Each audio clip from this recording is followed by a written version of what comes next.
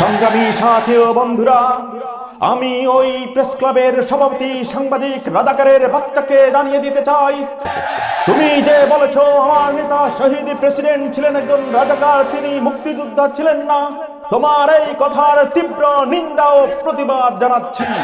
তুমি জানো না আমার নেতা শহীদ প্রেসিডেন্ট ছিলেন একজন মুক্তিযোদ্ধা, তিনি ছিলেন বীর বিক্রম, বীর বিক্রম, তিনি ছিলেন মুক্তিযুদ্ধের সর্বাধিনায়ক, তিনি ছিলেন মুক্তিযুদ্ধের সবকিছু, তিনি ছিলেন স্বাধীনতার ঘোষক।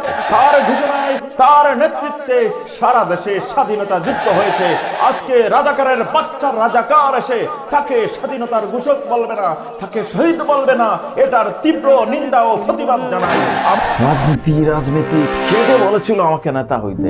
এখন খালি যাও, মিছিল করো, মিটিং করো, প্রতিবাদ জানাও। কিরে মজনু, ধর কি অবস্থা? আজকে বক্তব্য কেমন দিলাম রে? কেমন হইলো তোর কাছে? স্যার সেরকম হয়েছে, ফাটিয়ে ফেলাইছেন। কিন্তু স্যার এটার তো কোনো দরকার ছিল না, ওই সাংবাদিক তো আগেই মাপ চাইছে। আরে মাপ চাইলে কি হবে? এত সহজ।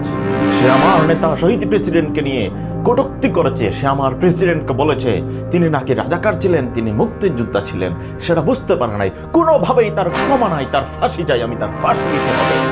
কিন্তু স্যার আমাদের বড় বড় দুই নেতা কিছুদিন আগে ভুল বক্তব্য দিয়ে আবার মাপও চাইছে, আবার মাপও পাইছে। আরে মজনু, ব্যাপার হয়েছে কি, তুমি বলছো যে রিসেন্টলি আমাদের দুইজন নেতায় ভুল বক্তব্য দেওয়ায় আবার মাপ চাইছে। আমার মনে আছে একজনে আদালতে মাপ চাইছে, আর একজন ওই রাজাকারদের কাছে মাপ চাইছে, তো তারা মাফ করে দিছে। কিন্তু এটা ঠিক আছে, মাফ করে দেওয়া যাইতে পারে, যেহেতু আমাদের নেতারাও মাফ চাইছে, ভুল বক্তব্য দিয়ে মাফ চাইছে, মাফ পাইছে, তাহলে মাফ করে দেওয়া যায়। আর সে কি কোথায় মাপ চাইছে? স্যার ফেসবুকে পোস্ট দিয়ে ভুলই করছিল, আবার ফেসবুকে পোস্ট দিয়ে আবার মাপও চাইছে। কেন সে ফেসবুকে মাপ চাইবে? কেন সে আমাদের পায়ে ধরে আমাদের কাছে এসে মাপ চাইবে? আমরা তারা মাফ করে দিতে পারি।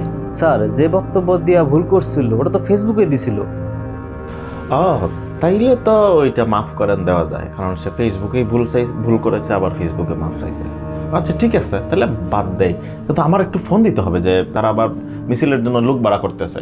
তো স্যার আপনি যে কইলেন আমাদের নেতা, হ্যাঁ, মুক্তিযুদ্ধের সর্বাধিনায়ক নেতা, এটা কি ঠিক? আরে সর্বাধিনায়ক নয়, এটা সর্বাধিনায়ক। আরে দেখো, কিছু তো বলতে হবে, এটা নাম রাজনীতি। আমাদের আসলে তো আমরা এত বছর ধরে রাজনীতি করি, আমাদের আসলে জনগণকে দিয়েছি এরকম কোনো কিছুই নাই।